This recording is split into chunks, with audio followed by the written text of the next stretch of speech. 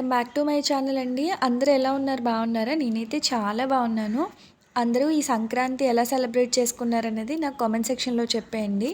ఇది మీకు already thumbnail చూస్తే అర్థమైపోయి ఉంటుంది కదండి. ఎస్, నేను బొబ్బరి గారెలు చూపిస్తున్నాను ఇవాళ. దానికోసం ముందుగా బొబ్బరి పప్పు నానబెట్టి పెట్టుకోవాలి. దానిలోకి చిన్న అల్లం ముక్క, వెల్లుల్లిపాయ, అలాగే కొంచెం జీలకర్ర కూడా తీసుకున్నానండి.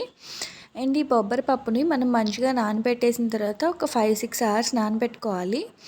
ఇలాగా మనం కడుక్కోవాలన్నమాట. పైన పొట్టంతా తీసేసుకోవాలి. తీసేసుకుని ఇలా మంచిగా తెల్లగా వచ్చేంత వరకు కడుక్కోవాలి. చూస్తున్నారు కదా, ఇది పక్కా విలేజ్ స్టైల్ బొబ్బరి గారెలండి. చాలా బాగుంటాయి.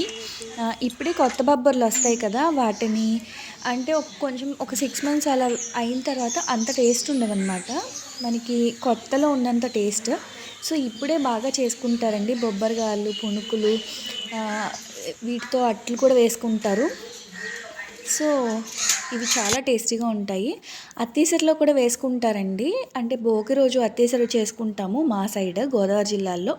దాంట్లో అయితే కొత్త బొబ్బరి పప్పుతో అత్తీసరి చేసుకుంటారు. చాలా టేస్టీగా ఉంటుంది. ఇక్కడ మా మమ్మీ రుబ్బుతున్నారనమాట రుబ్బు రోట్లో. ఈ గారెలు, పెసర గారెలు కానీ, బొబ్బరి గారెలు కానీ ఇవి కొంచెం ఆ మిక్సీ గ్రైండర్లో కన్నా కూడా ఇలా రుబ్బు రోట్లో రుబ్బినవి అయితే చాలా అథెంటిక్ టేస్ట్ ఉంటాయండి. చాలా బాగుంటాయి అన్నమాట. నాకు అందుకే నేను మా ఇంటి దగ్గర చేసుకోవడానికి నాకు ఈ రోళ్ళు ఇవేమి ఉండవు కాబట్టి నేను అంతగా చెయ్యను. నేను మా మదర్ వాళ్ళ ఇంటికి వెళ్ళినప్పుడే మా మదర్ చేసి పెడుతూ ఉంటారనమాట. ఇది మంచిగా మనము పిండి చేసుకోవాలన్నమాట. ఇది ఉరుము కూడా ఎక్కువ అవుతుంది అని చెప్తారండి. ఉరుమనే అంటారు అంతే అనుకుంటా. అంటే ఎక్కువ పిండి ఒదుగవుతుందట ఇలా రుబ్బిన ప్రాసెస్లో. దీంట్లో మనం మొత్తం నలిగిపోయింది పిండి అనుకున్నప్పుడు దాంట్లో మనం తీసుకున్న చిన్న అల్లం ముక్క, జీలకర్ర, అలాగే వెల్లుల్లి కూడా యాడ్ చేసి రుబ్బేసుకోవాలన్నమాట.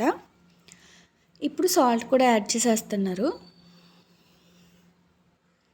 చూసారు కదా, సాల్ట్ కూడా యాడ్ చేసిన తర్వాత ఇంకొకసారి రుబ్బుతున్నారండి. ఇది కూడా ఒక ఆర్ట్ అండి ఈ రుబ్బడం.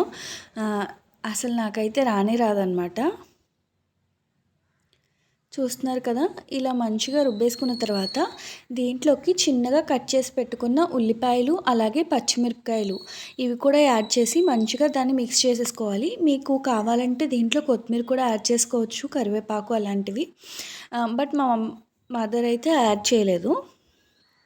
ఇలా యాడ్ చేసుకున్న తర్వాత ముందుగా ఆయిల్ హీట్ చేసి పెట్టుకొని మా వీడియో క్లిప్లో చూపిస్తున్న విధంగా ఈ బొబ్బరి గారెల షేప్లో, దానికి హోల్ అయితే పెట్టరండి మినపగారెలకి పెట్టినట్టు. సో ఇలా వేసేసుకుంటున్నారు. దీన్ని ఇలా ఊరికే అయినా తినేయచ్చు, లేదా chicken curry, mutton curry, onions, ఉప్పు, కారం, నిమ్మకాయ పిండుకొని అయినా తినచ్చు. అలా టేస్ట్ చాలా బాగుంటుందండి. ముందుగా మీరు ఎవరైనా నా ఛానల్ని చూస్తున్నట్టయితే ఫస్ట్ టైము ప్లీజ్ సబ్స్క్రైబ్ చేయండి. వీడియో ఎలా ఉందో కామెంట్ చేయండి, లైక్ చేసి షేర్ చేసి మీ సపోర్ట్ని నాకు ఇవ్వండి. ఇప్పటి వరకు ఎవరెవరైతే సబ్స్క్రైబ్ చేశారో వాళ్ళందరికీ పేరు పేరున ధన్యవాదాలండి. చూస్తున్నారు కదా, ఇక్కడ బొబ్బరి గారెలు అయితే మంచిగా ఫ్రై అయిపోయాయి. చూసారా, గోల్డెన్ బ్రౌన్ కలర్లోకి వచ్చాయి. ఇలా వేడిగా సర్వ్ చేసుకొని తింటే చాలా బాగుంటుందండి. మీరేం స్పెషల్స్ చేసుకున్నారు? మీ సైడ్ ఏం స్పెషల్స్, ఎలా జరుపుకున్నారు ఈ పొంగల్? నాకు కామెంట్ సెక్షన్లో చెప్పేయండి. చూస్తున్నారు కదా, నేను ఇచ్చేస్తున్నాను అనమాట. ఉల్లిపాయల్లో కొంచెం ఉప్పు, కారం, అలాగే నిమ్మకాయలు పిండి ఇచ్చాను. Thank you for watching.